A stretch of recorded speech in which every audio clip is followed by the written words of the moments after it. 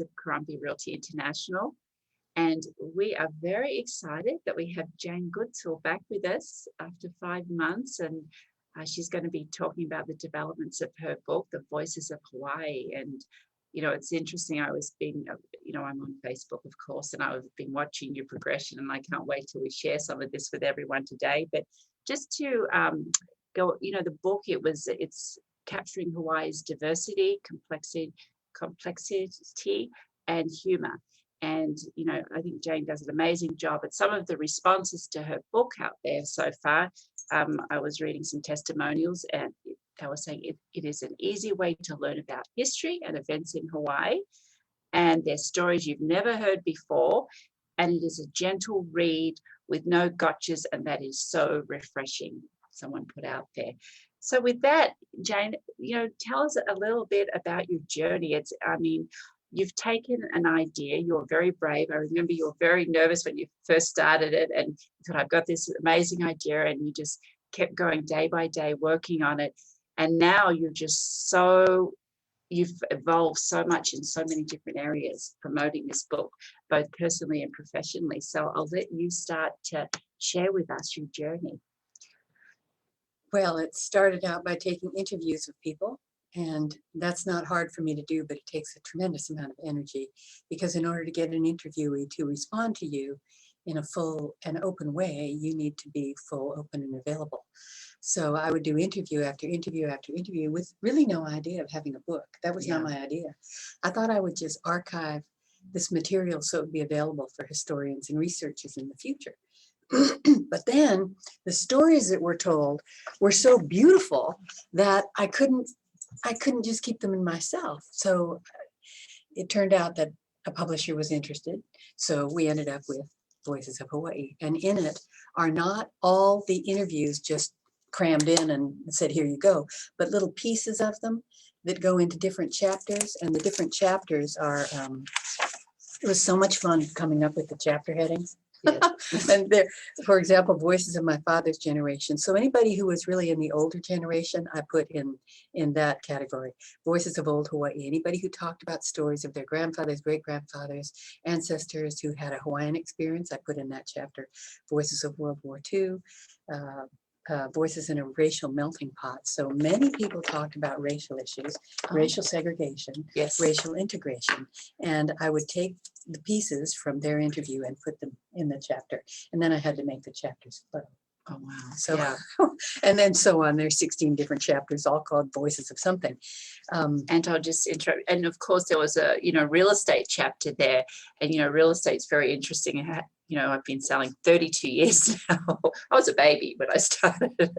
And, Pool Panini, where Jane grew up, is an area that, the architect Ossipoff is hugely popular still. And maybe I could just share a photo. Show the picture. Yeah, I'll share a photo of your family's home, the Ossipoff architecture, and everyone's after this architecture in Honolulu.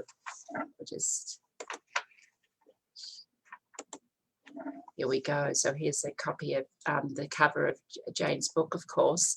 And then if we go to the Pool Panini area, when was this photo taken? It's about 1958. 1958, wow.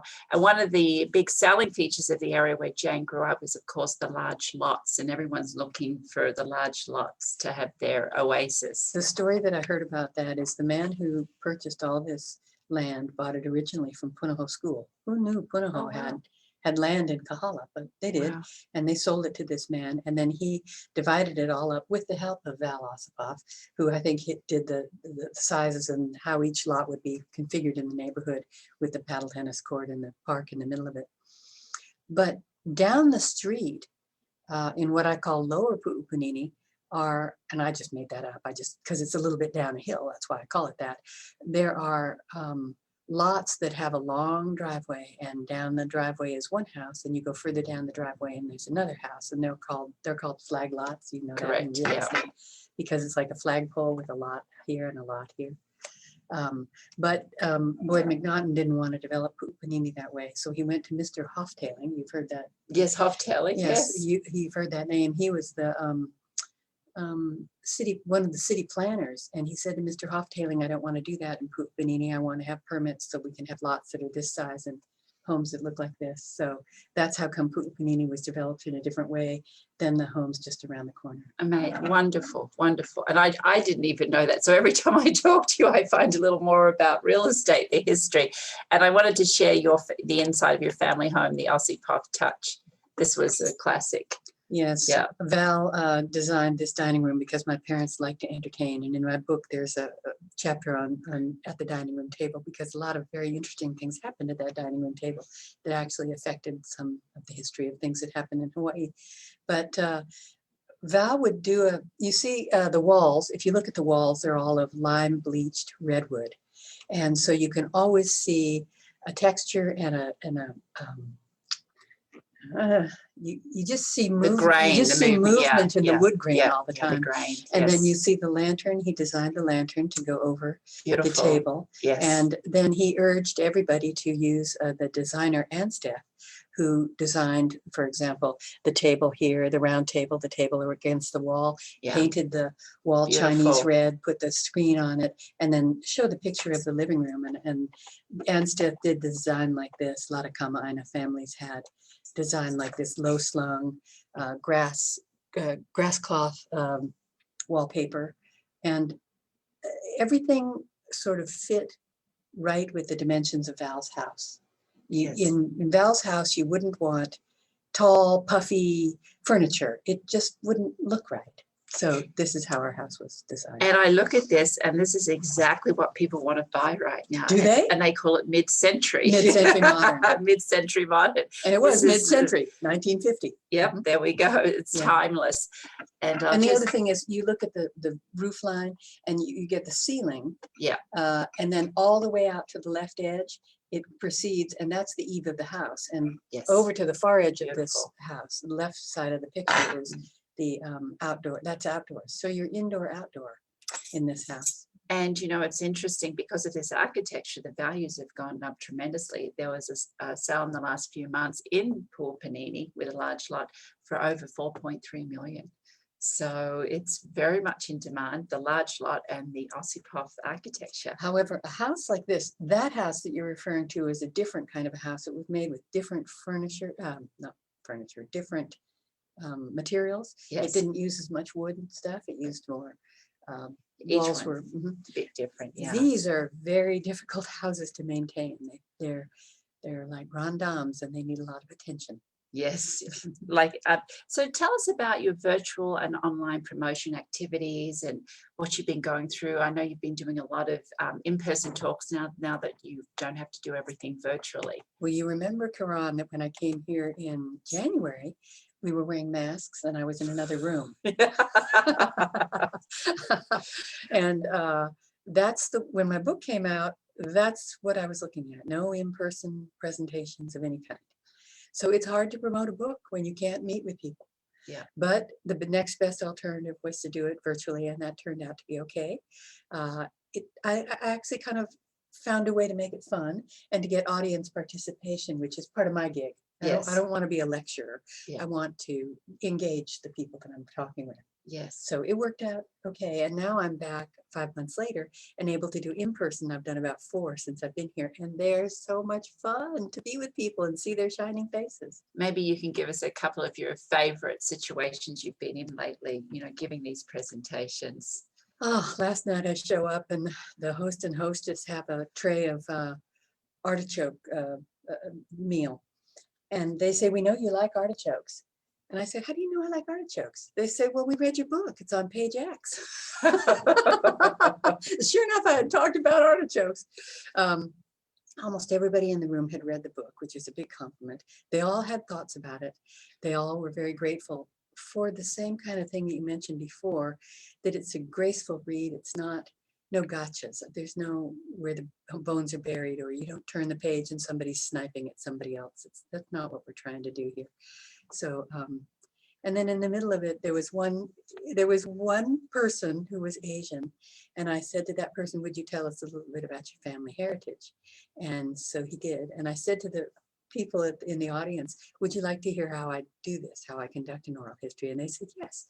So I asked him about his grandfather and how they got here from China and what the story of the family was. And everybody was on the edge of their seats because these stories of immigration and then the success that follows are all, they're just unfailingly interesting. There are a lot of stories like that in my book. And then it's fun to do that in person too.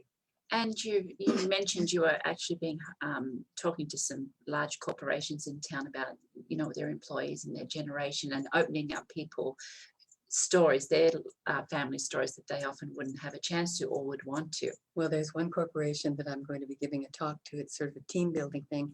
One of the men who manages that company was one of my interviewees, and I said, as a favor to you for being in my book, could I do a team building thing for your company? And so since I talk about this generational ascension from laborer to whatever, management, many of the people who are in the company have worked there for 3 or 4 generations, their families have. Yeah. And so they're usually people who fly under the radar and don't show up in these corporate meetings. But these people have come to the forefront and are willing to talk about some of their ancestry and their connection with Hawaii and their connection with the company. So the big question is, do we see a second book? Well, I blithely say to my publisher, and the second book, and he goes, I say, what do you mean? He says, well, we have to sell the first one first. Oh, okay. Because I think you're going to have a lot of stories, new stories. I already have 15 interviews under my belt. Oh, really? Oh, yes. Amazing. All kinds of interesting people. One guy, why this would be interesting in a book, I don't know, but I follow my instincts because the things that I found interesting in the interviews that I took and put in the book, people find interesting. So somebody said, I know somebody who lives up in Waimanalo who's a botanist. Would you like to go talk to him? Oh, a horticulturalist. Fabulous. So I did, and I learned all about propagating tea leaves and all about how bonsai works. And it was fascinating. Wow. So there'll be a chapter about plants in my next book. Nice. You're really going to have to become an expert in many things. I think people will come to you. This is the wonder of it, though. I don't have to be the expert. You tell me, I publish it.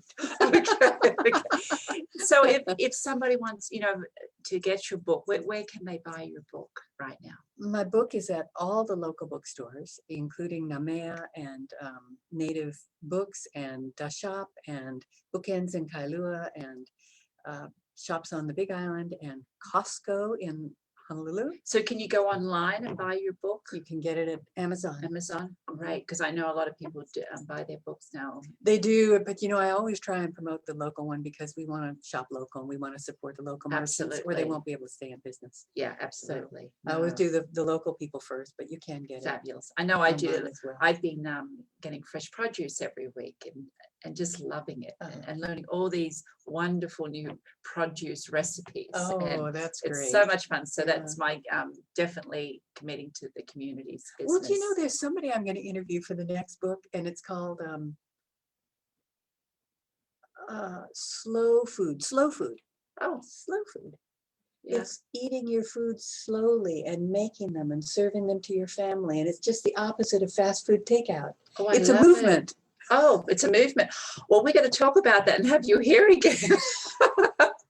Well, Jen, I wanted to thank you. And I just have to read this last testimonial.